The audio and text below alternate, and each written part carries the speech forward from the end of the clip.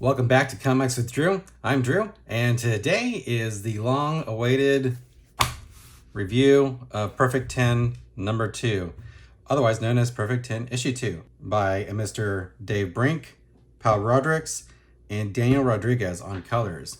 Let me tell you what, right off the bat, this is about as near perfect a comic book as you can find that is not currently in a local comic shop.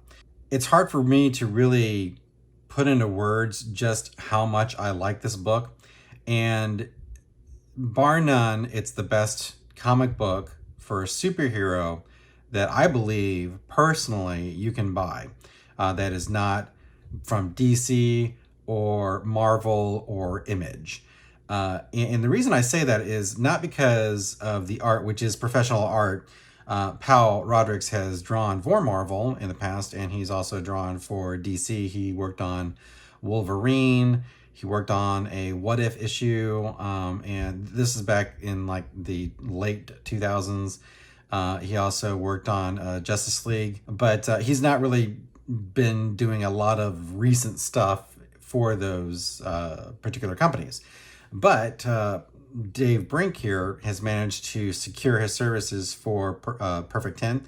And let me tell you what, he is blisteringly good at this book. I mean, he's hit a specific style, and he's hit just the right notes for this particular character and this particular world. So before I get too much further into this, let me give you a quick recap here. So Perfect 10 issue number 1, which I backed digitally. I will rectify that shortly.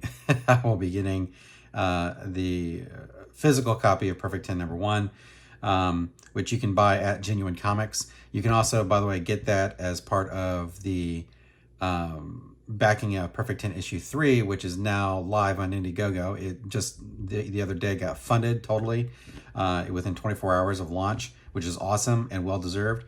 So the link to that Indiegogo campaign is at the bottom of this video. So definitely go there, definitely back it to the best that you can.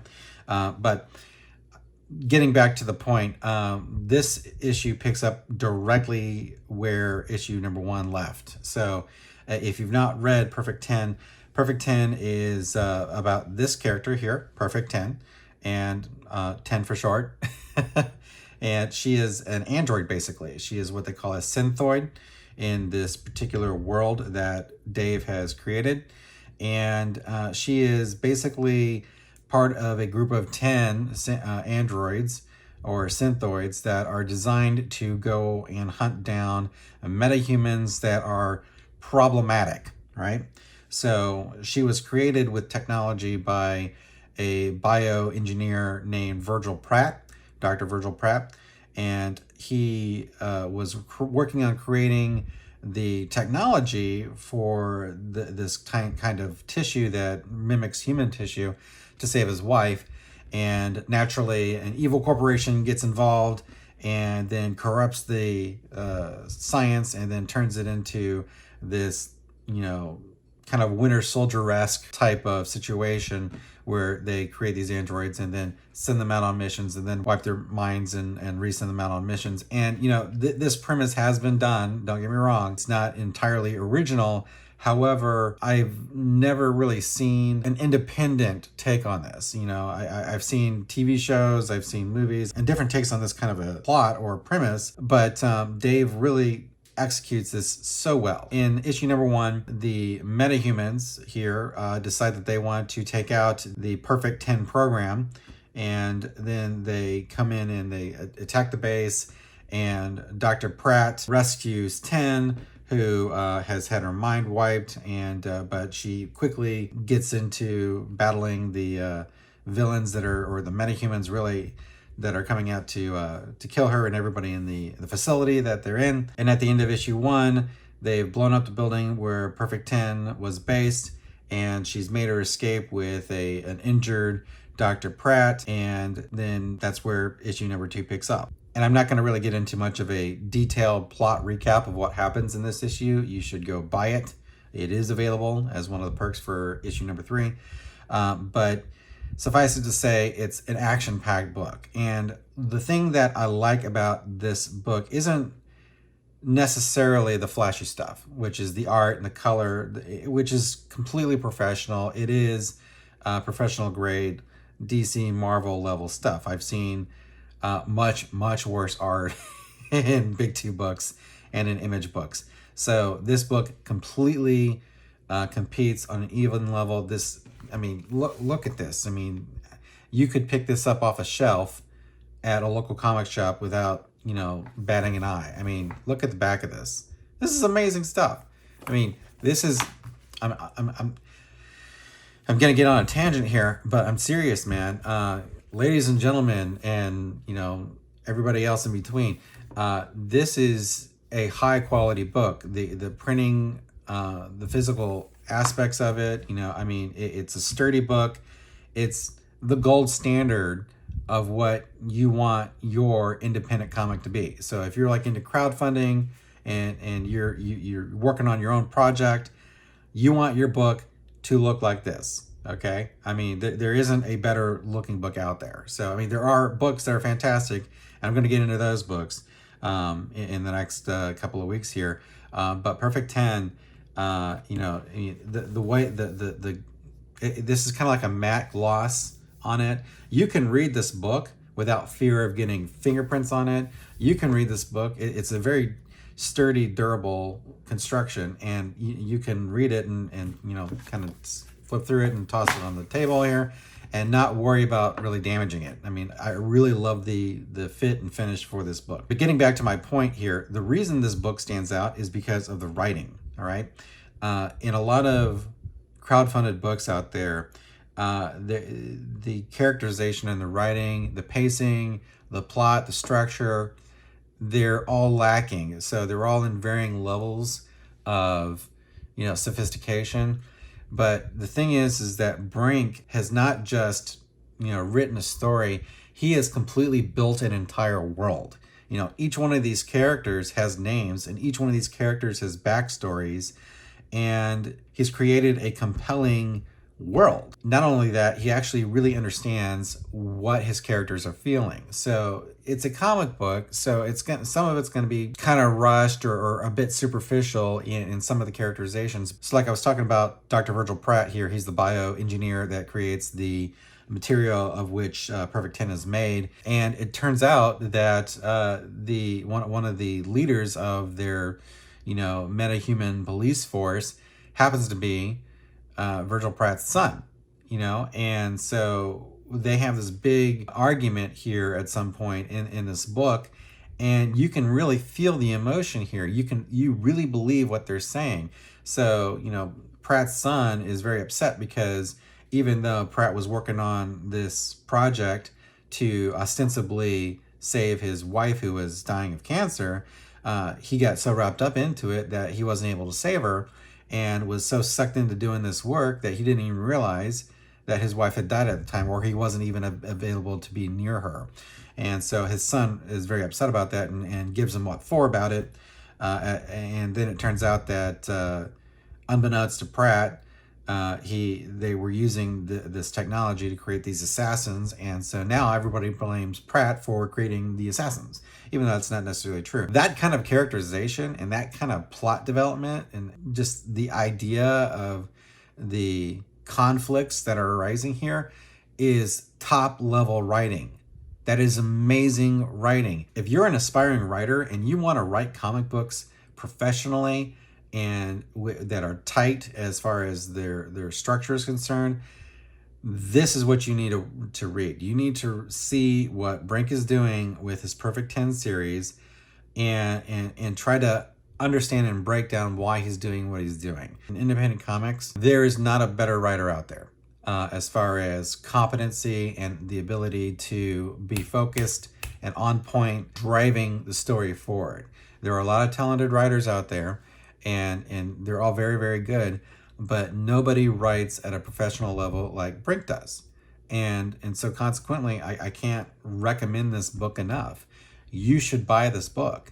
You should read this book. It's not even about, just trying to support an independent comic creator. you should buy this book because it's a damn good book. That's the reason why you should buy it. So Perfect 10, issue number 2. I know this is a scattered kind of review, but it's there's so many good things to talk about. Real quick, I always complain about typos and how to make a book better. There are a couple typos in this book, and they're relatively minor, but the book overall is so overwhelmingly good that I'm not even going to get into them. They're kind of pointless to argue about. The lettering is professional. The colors are professional. I'm not going to flip through this book here, but there is a really great panel in this book where this character here, this face here, this character's name is Calamity. She's kind of like the leader of the Prime Syndicate here, which are these guys. They're the villains of the piece. And there's a panel here where she's on a monitor, and Rodrix is so good that he draws her in a way and renders her on the monitor so that you can tell it's a flat screen monitor. That's something that you should strive for as an artist. Okay, there are a lot of good artists out there doing independent work, and there are a lot of former DC Marvel artists that are doing independent work. But for just a random dude in the Netherlands who's writing and creating his own stuff like he's freaking Stan Lee. He's like a Dutch Stan Lee. The kind of quality that he has an eye for, that he actually directs with this book, is just stunning. It is just stunning. So the writing is, I would give the writing on this book a 10, right? I would give it a perfect 10, dare I say. The art, I would give a 9.9. There are a couple different things here and there in the art that were kind of missed, but look at these other things. It's stunning how good the art is and how good the colors are. They're vibrant. One of the things that I like about the colors of this book are that the colors complement the actual line work. So I'm going to do a review of another book later on this week where the color really detracts from the book, but Brink and his graphic design background knows what looks good, and he doesn't tolerate, from a creative standpoint, subpar work. So the thing that I love about Perfect 10, ultimately, the writing carries this book. So you need to have good writing. You need to have solid writing. Brink, through issue 1 and 2 and now going to issue 3, has a definitive story that he wants to tell. He has bright shades of colors and characterizations. He understands his cast. Another thing that I want to point out, every time you see a new character in this book, a lot of times you'll see things like where they'll have characters and they'll put like name tags, and this is the name of this character, this is the name of this character, and this is the name of this character. What Brink does is he will show you the character. He will even give the character dialogue, and then over the course of the next page or a couple of panels, he'll have another character call out that character by name. And so that's how he introduces the names of the characters and introduces you to those characters. He allows you to kind of see what they do, see what they look like, and see a little bit of the personality. And then someone says, hey, Blister Bob guy, that's not a real character name, but say you had a guy named Blister Bob, right? And so he'll have the character go off and say, hey, Blister Bob, what are you doing? And that's how he introduces them. It's so good. He knows what he's doing. Dave Brink is the best writer in independent comics that I can see or that I've come across at this moment. There's a lot. There are hundreds and hundreds and maybe even thousands of independent comics out there. Fully understand that. And I've read a incredibly small sample size, but of the ones that I have read, there isn't anybody that really understands and grasps story and writing the way Dave Brink does. Again, Perfect 10, issue number 2. It's better than the first issue. It's the best comic book, Comicsgate adjacent, or Comicsgate, if you want to call it that, because I hesitate to pigeonhole it. It's just a damn good superhero comic book. And it's not from DC, and it's not from Marvel, and it doesn't have any other agenda than giving you a great superhero story. This is one of the very best independent comic books I have ever read. That's the bottom line. So I cannot possibly have higher praise or higher recommendation for a book than the Perfect 10 series. Go to Indiegogo, back Perfect 10 issue number 3, get the tier with Perfect 10 number 2 and Perfect 10 number 1, and enjoy them, bag them, and board them. You know, I've seen on Twitter where Dave said he'd never want to see a live action movie made of his comic, but I'll tell you what, man, if he ever wanted to license this for a television show, I don't see any reason why this would not translate beautifully to television or even into film. It's just amazing. So Dave Brink knows what he's doing. Paul Rodriguez also knows what he's doing. He's a phenomenal artist. Daniel Rodriguez is crushing it with the colors. Again, buy the book. I can't recommend it enough. If you want to buy issue number 10, or excuse me, if you want to buy issue number 1 by itself, you can go to Genuine Comics. It's there for $14.99 US. But you also can get the second printing of that book with backing the third campaign, the third issue. So that's really all I can say about this. This also came with the Heroes and Villains art of Genuine Comics. So I will flip through this a little bit here. Basically, it's pinup artwork that Dave had commissioned for various projects. Some of the stuff you'll see in Perfect 10, some of the stuff you'll see in some of his other books, but this was one of the perks. This was a stretch goal. There is a standee. I moved. I cannot find my standee. I'm very, very displeased that I cannot find my Perfect 10 standee because she's awesome and she stands up like this. So, you know, I also believe that I think I got a Perfect 10 6 a.m. comics drawing or sticker. I might be misremembering that. I do know that I also backed the Embrace, and the Embrace came, if you back the Embrace and you back Perfect 10 number 2, you got this crossover poster, which is freaking amazing as well.